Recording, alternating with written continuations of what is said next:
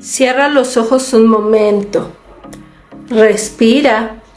Ahora dime, ¿qué es lo primero que se te viene a la mente?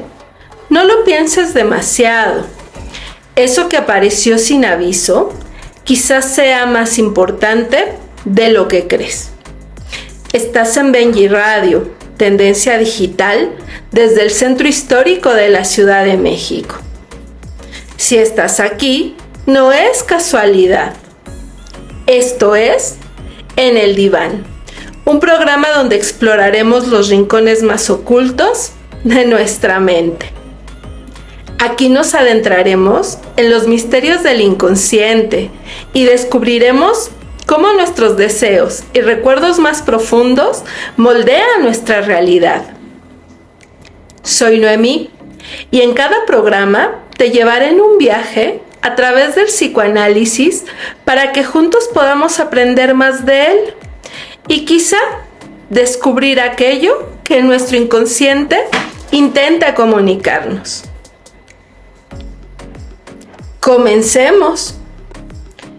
Hoy hablaremos de los mecanismos de defensa, esos pliegues de nuestra mente que se activan para cuidarnos cuando las cosas se ponen difíciles.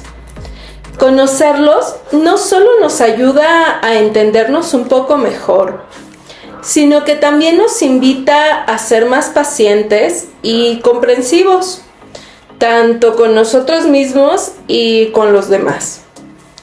¿No les pasó alguna vez que reaccionaron mal y después se quedaron pensando en ¿por qué se pusieron así? Como si algo dentro suyo se hubiera activado solo antes de que pudieran pensar bien qué estaba pasando. O tal vez alguien les preguntó cómo estaban y respondieron con un todo bien, automáticamente, aunque sabían en el fondo que no era cierto, pero tampoco tenían ganas de meterse a entender qué estaba pasando. Eso que hacemos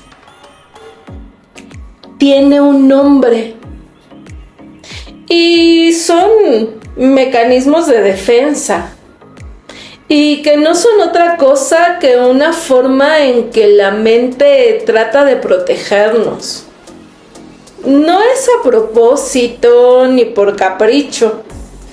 Es una manera a veces silenciosa y quizá otras más evidente de cuidarnos de eso que nos duele o que nos da miedo o de lo que simplemente no podemos procesar o enfrentar en ese momento.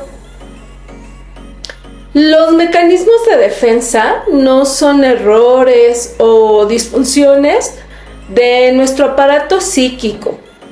En realidad cumplen una función vital, ya que nos permiten preservar nuestra identidad, el concepto de nosotros mismos, nuestro valor, nuestra capacidad de adaptación frente a experiencias emocionales, intensas o amenazantes. Como señala Ana Freud, sí, acertaron, la hija de Sigmund Freud, ¿no? Quien siguió un camino muy diferente a su papá, incluso más orientado a la psicoeducación.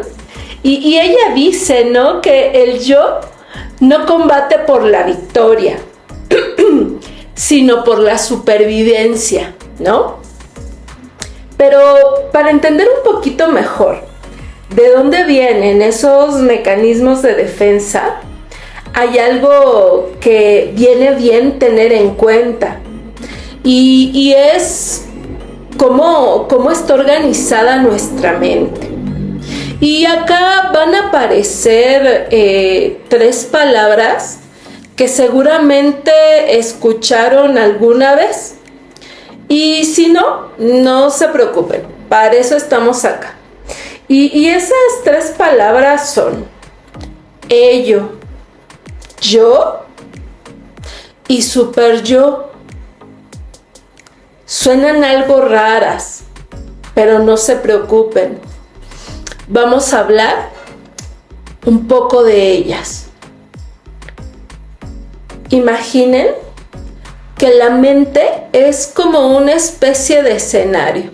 Ya les decía yo que está llena como de una serie de actores, donde conviven tres fuerzas distintas que discuten y se tensan entre sí y que hacen que seamos como somos. Vamos primero por el ello, que se escribe con doble L, ello. Y es la parte más primitiva y más instintiva de nuestra mente. Está desde que nacemos. Ahí viven los deseos, los impulsos y las ganas de hacer lo que nos da la gana sin pensar demasiado. Es muy precipitada. No tiene filtro. No le importa si algo está bien o mal, ni si es posible o no. Solo quiere satisfacción y la quiere ya. Es como un niño caprichoso al que todo le da lo mismo mientras consigue lo que quiere. Recuerden que es un aspecto de la mente, no estamos hablando de formas de ser. Ese es el ello.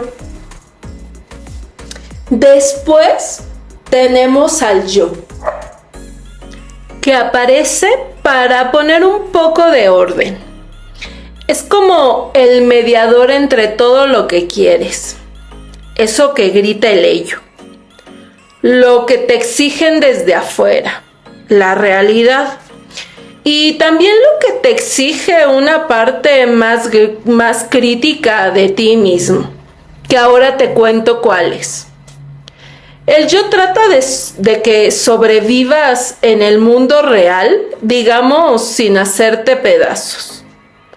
Evalúa, decide, negocia y también se defiende. Por eso es desde el yo que se activan los mecanismos de defensa. Porque muchas veces estás en el medio de una especie de tiroteo interno y necesita protegernos del conflicto. Y ahí es donde aparece el super yo, esa que es como una especie de voz interna que te dice lo que deberías hacer. Y se forma a partir de lo que uno aprende de sus padres, de la sociedad, de las normas que vamos incorporando. Es como un juez interno que puede ser muy severo y que nos hace sentir culpa o vergüenza cuando hacemos algo que aparentemente no está bien, aunque tengamos 1000 razones personales para hacerlo. Entonces, tenemos un ello que desea, un super yo que censura y un yo que trata de mantener la armonía entre todo eso. Mientras que al tiempo lidiamos con la realidad, las relaciones y las emociones. Y cuando ese yo se ve desbordado por tanta tensión, angustia o conflictos que suceden en la cotidianidad, lo que hace es activar los mecanismos de defensa para no venirse abajo. Es como si dijera: esto es demasiado por ahora, necesito una estrategia para aguantar. Y ojo, que el mecanismo de defensa justamente aparece antes de que aparezca una crisis de pánico, un ataque de ansiedad, ¿no? En cualquiera de sus presentaciones, ¿no? El mecanismo de defensa viene antes de que se tome el cuerpo prestado. Pero bueno, antes de continuar hablando de los mecanismos de defensa, ¿no? Porque entraremos en especificación de cada uno. Cuéntenme, escríbanme. Ya saben que a mí me encanta leerlos, traer algunos de sus mensajes o comentarios acá, ¿no? Ya saben, mi número de teléfono es el 55 1004 0239, ¿no?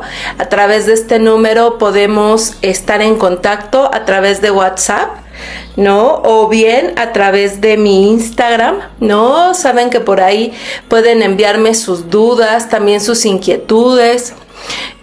No sé si habían escuchado en algún momento este término de mecanismos de defensa, si por ahí saben, ¿no? Cuáles son estas defensas que en algún momento ponen en marcha en su vida cotidiana, si han estado en algún momento en algún trabajo terapéutico y saben por ahí de qué manera se defienden, ¿no?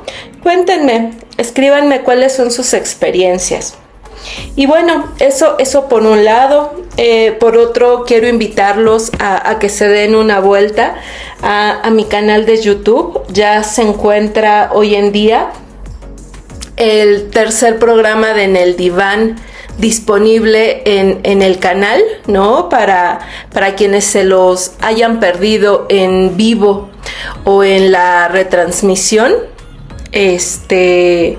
pues por ahí lo tienen a su disposición, o a quien desee volverlos a escuchar, si hay algún tema que haya sido de su interés o algún punto que haya captado su atención y que quieran retomar, pues bueno, ahí están disponibles y cada 13 días estaré subiendo cada uno de estos programas, ¿no? También es importante que les diga que ya estamos en la recta final de esta primera temporada. Cuéntenme qué cosas les han quedado pendientes de que toquemos, de que abordemos, ¿no? ¿Qué les gustaría escuchar en una segunda temporada, ¿no? Por ahí tengo algunas ideas. Me va a gustar mucho que me hablen de las inquietudes o de las dudas o de las cosas que les hizo pensar este primer bloque de programas, ¿no? Por ahí si es el primer programa que escuchan y quieren saber de qué fueron los otros si no tienen mucho tiempo, en TikTok y en los shorts de YouTube pueden encontrar fragmentitos de los primeros programas, ¿no? También pueden irse poniendo al día. Y bueno, eso por un lado. Eso es en cuanto a las redes sociales. Y por otro lado, me alegra muchísimo compartir con ustedes y también anunciarles, invitarlos, ¿no? A que vayan, ¿no? Están en puerta las jornadas académicas de Leya, estas jornadas clínicas que Leya, que es un centro dedicado al estudio de psicología, con una orientación psicoanalítica, que quienes me conocen saben que estudié ahí. Ella hace jornadas clínicas académicas cada 2 años. Ahora no tengo el tiempo exacto, pero ya son más de 20 años que llevan haciéndolas. Son totalmente abiertas al público. Antes las hacían en una modalidad totalmente presencial. A raíz de la pandemia empezaron a hacer en línea, y después de que las cosas empezaron a regularizarse, empezaron con esta modalidad híbrida donde la gente puede ir presencial y también hacerlo en línea desde otros países u otros estados. Y bueno, a mí me gustaría mucho que sean ellos quienes nos inviten Y bueno, ahora los voy a dejar con ellos para que los escuchen, para que sepan de qué van, se puedan inscribir a través de las plataformas y las redes sociales, ¿no? Bien lo pueden hacer enviando un correo a Centro Eleya, o a través de Facebook o de Instagram, ¿no? Ahora en un momentito los voy a dejar para que escuchen de parte de ellos de qué va todo esto. Hola a todos, mi nombre es Muriel Bolobelsky y les quiero contar que desde hace 20 años el Centro Eleya organiza las jornadas clínicas. En esta oportunidad tenemos una comisión conformada por el doctor Jorge Salazar, la doctora Patricia Bolaños, la maestra Andrea Amezcua, y yo tendré el honor de trabajar junto a ellos. Esta será la edición 2025 de estas jornadas, que se titulan Psicoanálisis contemporáneo, inconsciente, vínculos familiares y conflictos emocionales. Pensamos que este tema merita un estudio profundo y comprometido sobre la influencia que ejercen los lazos familiares en la constitución del sujeto, las identificaciones con otros que operan a nivel consciente e inconsciente, la interrelación presente entre la realidad externa y la realidad psíquica, que tiene un papel fundamental en los vínculos que construimos en nuestra vida. Por eso deseamos trabajar con los desarrollos más actuales y novedosos en el campo psicoanalítico sobre el tema. Invitamos a psicoanalistas extranjeros que nos van a aportar miradas novedosas y la oportunidad de dialogar desde distintas teorías y clínicas. También abriremos un espacio al diálogo clínico entre analistas experimentados que harán intercambios interesantes sobre el tema. Y por supuesto vamos a trabajar con materiales clínicos que permitan ilustrar situaciones que se presentan constantemente en la consulta psicoanalítica. Les cuento que las jornadas se van a llevar a cabo en un formato híbrido. Esto quiere decir que vamos a trabajar de manera presencial, pero también aquellas personas que estén en otras latitudes van a poder tener acceso de manera virtual a participar. Lo único que las jornadas no tienen costo, pero sí hay que inscribirse con anticipación para tener un lugar. Las jornadas se van a llevar a cabo en junio de este año 2025 y deseamos que se inscriban, se interesen en el tema y los esperamos. Bueno, ahí tienen a la doctora Muriel invitándonos a estas jornadas y bueno, espero que a quien le interese o si tienen alguna duda me escriban y por ahí los estaré derivando a los links o a los enlaces necesarios. Bien pueden escribir a la página de Eleya también. Más adelante también tendremos una invitación del doctor Jorge Salazar para estas jornadas, ¿no? Mientras tanto, pues entremos de lleno a de qué va cada uno de los mecanismos de defensa con los que nos encontramos en el psiquismo. Y bueno, si bien todos utilizamos mecanismos de defensa, la rigidez con la que lo hacemos, la frecuencia o su tipo determinan qué tan saludable o no es que lo hagamos. Por ejemplo, negar un hecho doloroso como la pérdida de un ser querido puede ser muy útil en un primer momento, ¿no? En el duelo, negar que alguien ha fallecido para poder hacerle frente a esa pérdida es crucial, ¿no? Porque de otra manera nuestra mente no podría tolerar ese dolor, pero si se prolonga indefinidamente, puede ese funcionamiento obstaculizar el proceso de elaboración emocional e incluso la negación como parte del proceso de duelo es parte de ese ciclo o de ese proceso de duelo que uno tiene que vivir, ¿no? Uno en primer momento ante el shock, ante el impacto, primero lo niega, ¿no? Uno dice no puede ser, no es cierto, va a despertar, al rato va a llegar, ¿no? Y posteriormente uno se enoja o con los médicos o si fue un accidente con los responsables del accidente, con la persona fallecida, ¿no? O con los involucrados. Después uno por ahí se puede enojar hasta con uno mismo, ¿no? Si uno siente que por ahí pudo haber hecho algo para evitarlo.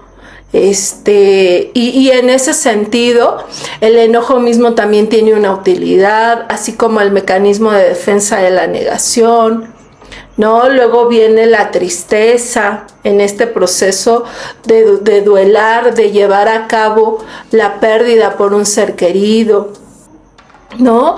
También nos encontramos después con la posibilidad de negociar con nosotros mismos y con la realidad en determinado momento, ¿no? Poder encontrar la posibilidad de ilusionarnos, de poder depositar ahora nuestro amor o transformar nuestro amor en algo nuevo, ilusionarnos con cosas nuevas, ¿no? Hasta que finalmente llega la aceptación, ¿no? Y la resignificación de la pérdida que tuvimos, y entonces iniciamos proyectos nuevos, relaciones nuevas, ¿no? Incluimos personas nuevas en nuestra vida, ¿no? Y cuando, bueno, esto se obstaculiza, pues el tema es que no podemos relacionarnos con personas de nuevo, ¿no? O no podemos en determinado momento salir de una casa o de un trabajo o de a lo mejor un círculo social, o por ahí no podemos iniciar un nuevo proyecto o cerrar un negocio y arrancar uno nuevo, ¿no? Dependiendo, saben que esto es individual, o sea, cada quien lo va a vivir de acuerdo a su historia. Y bueno, no es que el psicoanálisis busque eliminar los mecanismos de defensa, sino que al hacernos conscientes de ellos y flexibilizarlos, ¿no? Los mecanismos de defensa también puedan ayudarnos a generar una vía de acceso a esa verdad dolorosa que se esconde detrás de ellos. Digamos que cuando uno identifica cuáles son esas defensas que levantamos ante ciertas situaciones emocionales, conscientes o inconscientes principalmente, podamos entender la forma en que funcionamos. Y bueno, podemos comenzar hablando de la represión. La represión es eso que no queremos saber. Es el mecanismo central en la teoría de Freud y consiste en mantener fuera de la conciencia esos deseos o recuerdos que generan mucha angustia. Generalmente están contenidos y reprimidos y no desaparecen. Son atemporales, lo que quiere decir que no responden a la ley del tiempo. Por lo tanto, a pesar de que un conflicto haya pasado hace mucho tiempo, no desaparece, permanecen activos en el inconsciente y pueden retornar de manera disfrazada en sueños, lapsus o síntomas, como lo hablábamos en el primer y en el segundo programa, ¿no? Si por ahí no tuvieron oportunidad de escucharlo, saben que por ahí está en el canal de YouTube, ya los dos se encuentran disponibles.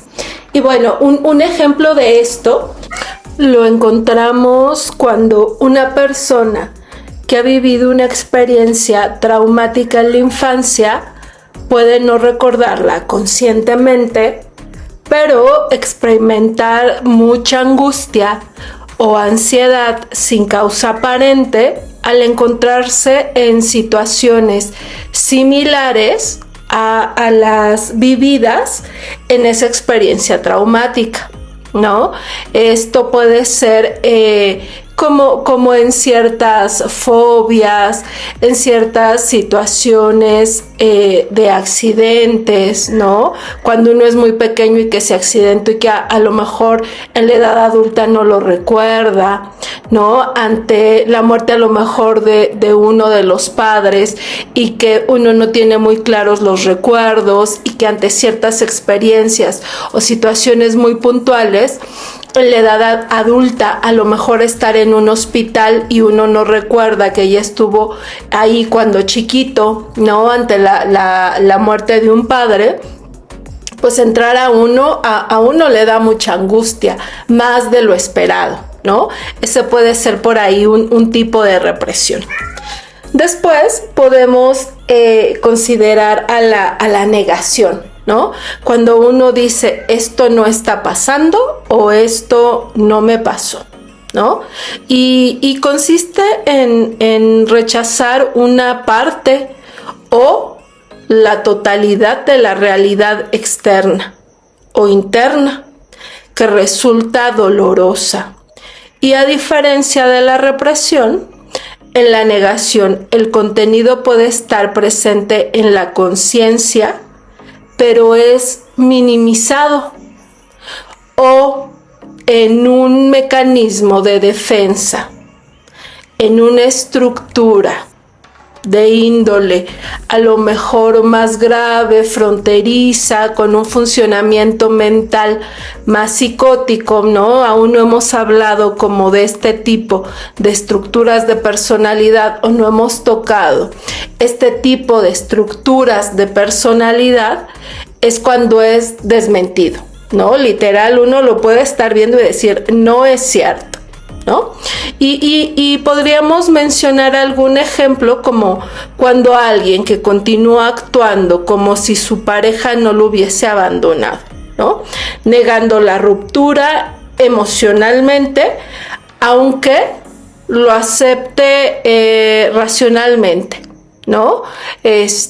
Por ahí uno puede estar abandonado, bebiendo de más, diciendo que todo está bien y uno se la pasa llorando, o uno puede tener conductas por ahí de mucho descuido, ¿no? Pero uno dice, yo estoy bien, no pasa nada, ya lo acepté, nueva vida, nuevo comienzo, y todo dice lo contrario, ¿no? Y ese podría ser un ejemplo de negación, dependiendo el grado, ¿no?, de estas conductas, insisto, y dependiendo de la estructura de la persona con la que nos encontramos, pues es cuando podemos estar hablando de una desmentida, ¿no? Ya eso tiene que ver con el orden de la estructura de personalidad de quien tenemos enfrente, ¿no? Son mecanismos de defensa, insisto, más primitivos que se generan en un momento de vida mucho más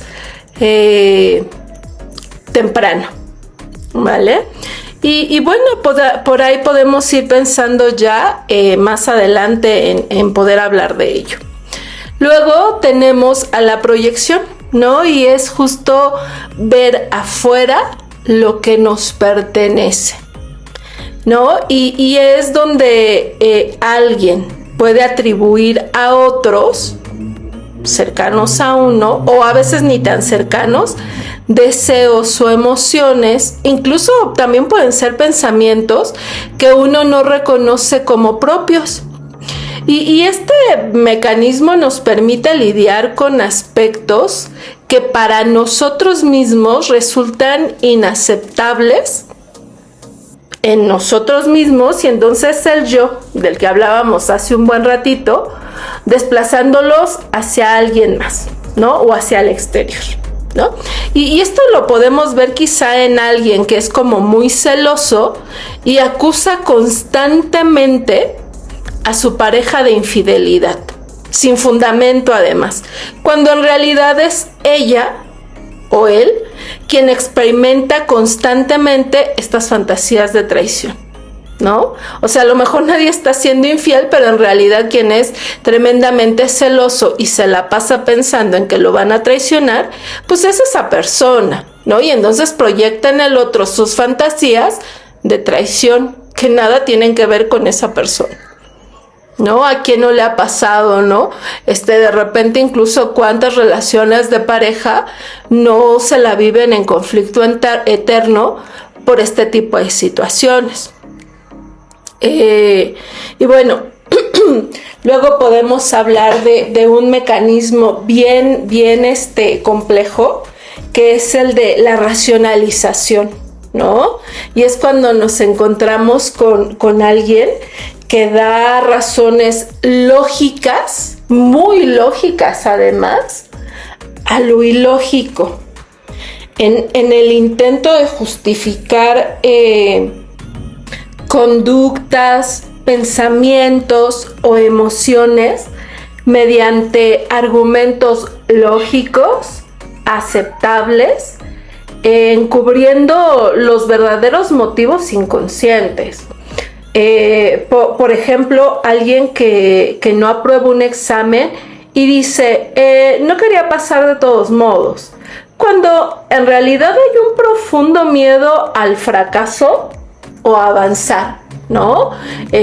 Minimiza la situación, no reconoce que se paralizó, ¿no? Y entonces, ¿cuántas veces nos podemos topar con situaciones así con alguien que conocemos o incluso a nivel personal, ¿no? Minimizando o invalidando algo que en realidad sí queríamos, pero diciendo, no, ni me importaba tanto, ni era para tanto, ¿no? Racionalizando o dando razones lógicas a lo que nos sucedió, ¿no? Y por ahí internamente hacemos esos arreglitos para evitar ese dolor psíquico del que hablábamos hace un ratito.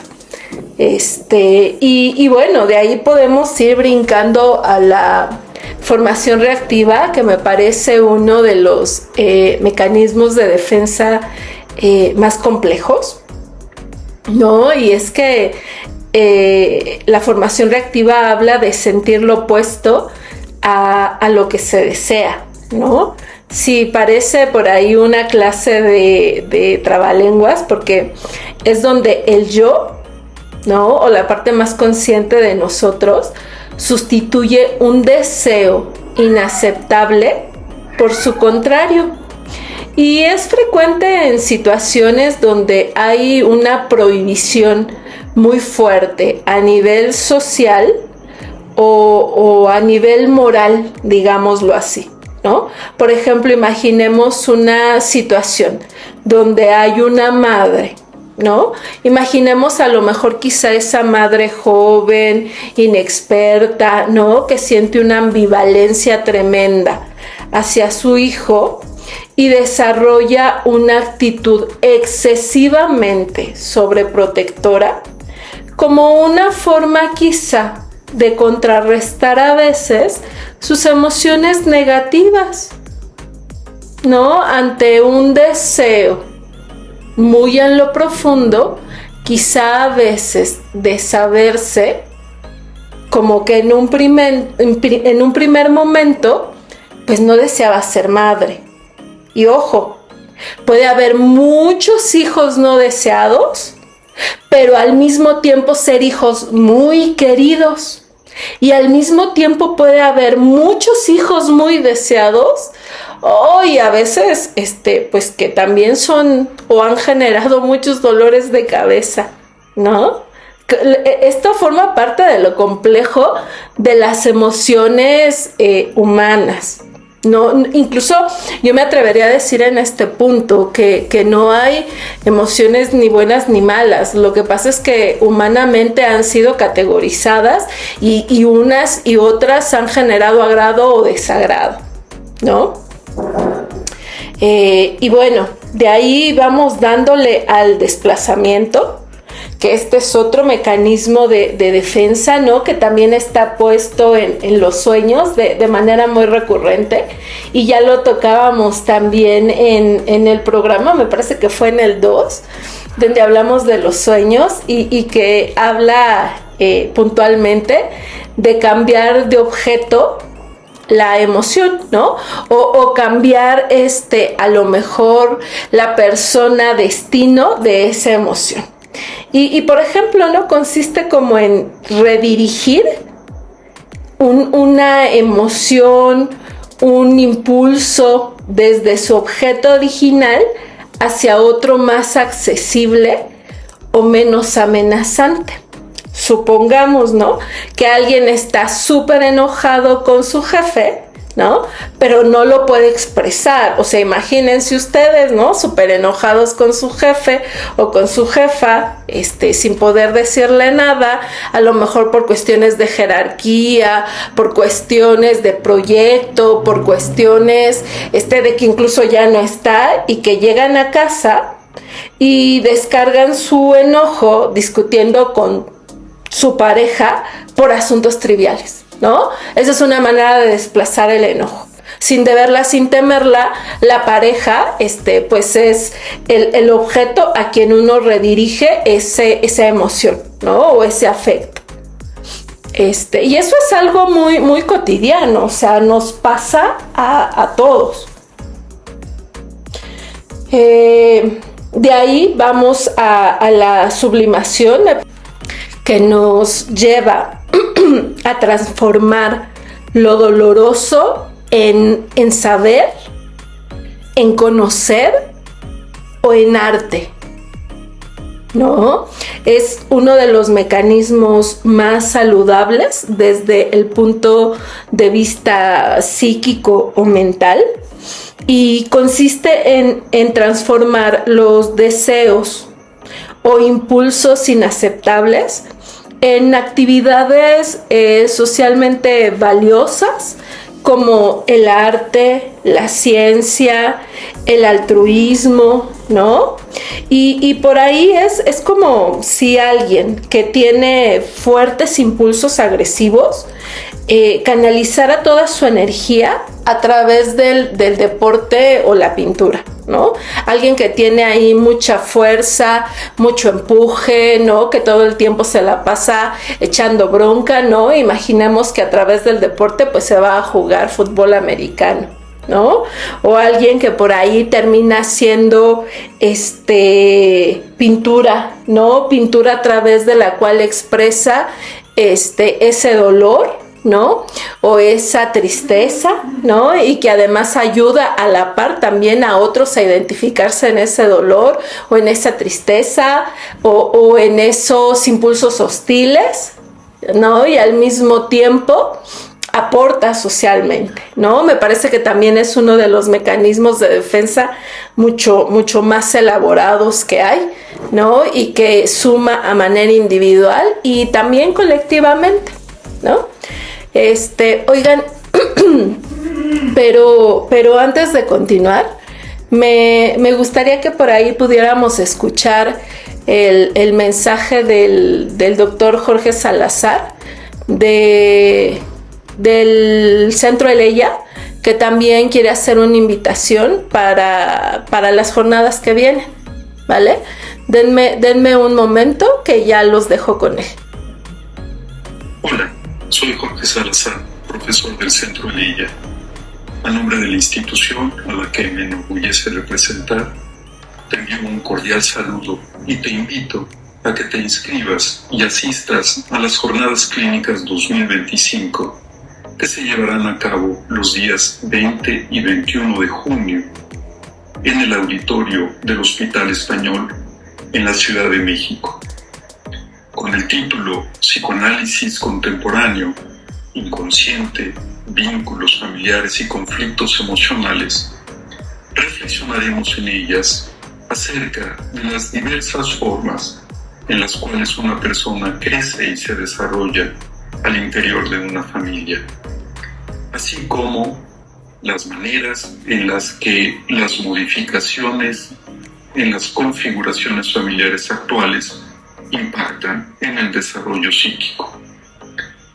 Estas jornadas están dirigidas al público interesado en estos temas, así como a los psicoterapeutas con práctica clínica. En las jornadas tendremos diversas mesas clínicas, así como conferencias impartidas por profesores distinguidos, tanto nacionales como internacionales. El evento es gratuito, así que inscríbete y no dejes de acompañarnos. Bueno, ahí está la invitación para las jornadas de ELEIA. Están para el 20 y 21 de junio. O sea, ya prontito, estamos a menos de un mes, ¿no? Hoy ya estamos a 30 de mayo, ¿no? O sea, tenemos básicamente 1, 2, 3 semanitas por delante, así que no pierdan tiempo para registrarse, ¿no? Yo ya tengo mi registro. Yo voy a estar de manera virtual, ¿no? Ya he estado de manera presencial. La verdad es que es un evento súper interesante. Sepas o no sepas de psicoanálisis, siempre hay mucho que aportar a nivel teórico para actualizarte de parte de todos los ponentes. Entonces es un evento súper recomendable, ¿vale? Así que vayan, inscríbanse. Al final siempre hay un compendio, ¿no? Eso está muy interesante, de todas las conversaciones y supervisiones que hay respecto a los casos.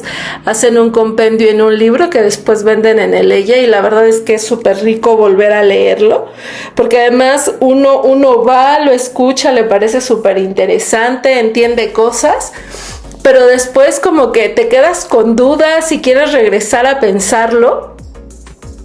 Y la posibilidad de poder leerlo es muy valioso. Incluso el año pasado, ahora que lo recuerdo, uno tuvo la oportunidad de regresar a ver algunos videos cuando te registras. No me acuerdo si fueron todos o no, pero uno tiene oportunidad de volver a entrar, ¿no? Así que pues no se pierdan esta oportunidad.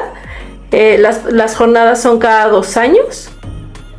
Y bueno, por ahí nos vemos. Por cierto, empiezan a las 9 de la mañana y terminan tipo 7 de la noche. Si van de manera presencial, insisto, previo registro, y a manera presencial el registro va a estar empezando a las 8:30 de la mañana, ahí en el auditorio del Hospital Español. También cuando se registran les llega un correo con toda la información, ¿vale? Y bueno, nosotros seguimos por acá con el tema de los mecanismos de defensa, ¿no? ¿Cómo van por acá? ¿Qué les ha parecido? No olviden de escribirme para mandarme sus comentarios. Y bueno, me parece importante resaltar que el objetivo del psicoanálisis no es señalar los mecanismos de defensa, no es eliminarlos, no es que uno se sienta culpable de utilizarlos. Por el contrario, se trata de vivir con nuestras defensas, reconocerlas, no de ir contra ellas ni de arrancarlas, no como si fueran un obstáculo. Al contrario, como psicoanalistas, ¿no? Como terapeutas, se trata de escucharlas con atención y entender cómo se despliegan, cómo están organizadas, cómo se repiten y por qué ahí, ¿no? ¿Por qué de ese modo y en esos movimientos casi automáticos de nuestra mente? Incluso yo creo que hay que puntualizar que es ahí donde está lo valioso a descifrar. Comprender cómo y por qué nos defendemos puede abrir la puerta a algo más profundo. Ahí es donde aparece la posibilidad de poner en palabras lo que antes se callaba, de transformar lo que dolía en algo quizá más habitable, ¿no? Y no hablamos solo de lo individual. Este modo de organizarse defensivo a veces también está expresado en los vínculos familiares, en las instituciones e incluso a veces también a nivel cultural. A veces convivimos en ambientes que funcionan casi como sistemas defensivos cerrados, donde ciertas verdades no se dicen, ciertos duelos no se hacen, ciertos conflictos no se elaboran. En esos casos, el síntoma es no solo de uno, se vuelve compartido y hasta colectivo, ¿no? Por eso decir que las defensas son buenas, malas, sería simplificarlas demasiado. Hay mecanismos de defensa que nos permiten sobrevivir ante momentos muy críticos, ¿no? Que nos ayudan a sostenernos mientras elaboramos un dolor muy intenso. Otras que, como hablábamos hace un momentito, con el tiempo se convierten en recursos creativos, ¿no? O incluso poéticos. Dice por ahí en La Vía del Tarot, Alejandro Jodorowsky, ¿no? Que el arte que no sirve para sanar no es arte. Y podríamos decir algo similar del trabajo con el inconsciente. Cuando algo logra transformarse simbólicamente en palabras, en actos o en imágenes, tiene un efecto sanador, aunque sea de a poco, aunque sea con el paso del tiempo y aunque no sea inmediato. El trabajo con el inconsciente justamente sirve para buscar un alivio a nivel mental, a nivel psicológico, a que el paciente que llega con un sufrimiento o con un dolor pueda lidiar con él o con el paso del tiempo pueda disminuir. Yo les decía en algún programa que a veces de repente toda esta búsqueda y todo este entender parece un trabajo muy estético, y sí lo es, pero no por eso es menos profundo, por el contrario, el trabajo es harto arduo, y la tarea del psicoanálisis no es destruir nuestras defensas, sino permitir que puedan desplegarse con mayor conciencia y libertad, y que podamos verlas, nombrarlas, y si es necesario, reinventarlas. Porque muchas veces, detrás de una defensa rígida, hay deseos que quedaron congelados, una emoción que no encontró una vía de salida, o una historia que no pudo ser contada. Los mecanismos de defensa forman parte de nuestra vida psíquica, como los huesos forman parte de nuestro cuerpo, nos sostienen, también nos dan estructura, pero cuando se vuelven demasiado duros, cuando nos cerramos en ellos, pueden impedirnos sentir, vincularnos o transformarnos. Por eso, el camino no es vivir sin defensas, algo que ni siquiera es posible, El camino es aprender a vivir con ellas, reconocerlas, comprenderlas y usarlas de una manera más consciente, más ética, más creativa. Escuchar nuestras defensas sin juzgarlas ni temerles es también una forma de escucharnos de verdad. Y quizá, tal vez, ahí, en esos pliegues invisibles de nuestra mente, empiece a nacer algo nuevo. De modo que yo te invito a que empieces a observarte con curiosidad, con ternura, sin apuro. Y a veces ese es el mayor acto de transformación que podemos hacer. Y bueno, por hoy es irremediable. Vamos a dejar acá. La próxima semana vamos a hablar de la compulsión a la repetición, ¿no? ¿Nunca les ha pasado cuestionarse sobre por qué elegimos siempre la pareja con quien repetimos patrones familiares o decisiones laborales que terminan siempre en el mismo lugar? ¿Crisis cíclicas que retornan en los mismos periodos? ¿Autosabotajes? ¿Adicciones? ¿O vínculos violentos? Vemos que la repetición en los seres humanos puede manifestarse en múltiples formas. Así que, bueno, ya lo retomaremos en el próximo programa. Estás en Benji Radio, Tendencia Digital. Que pasen una bonita noche.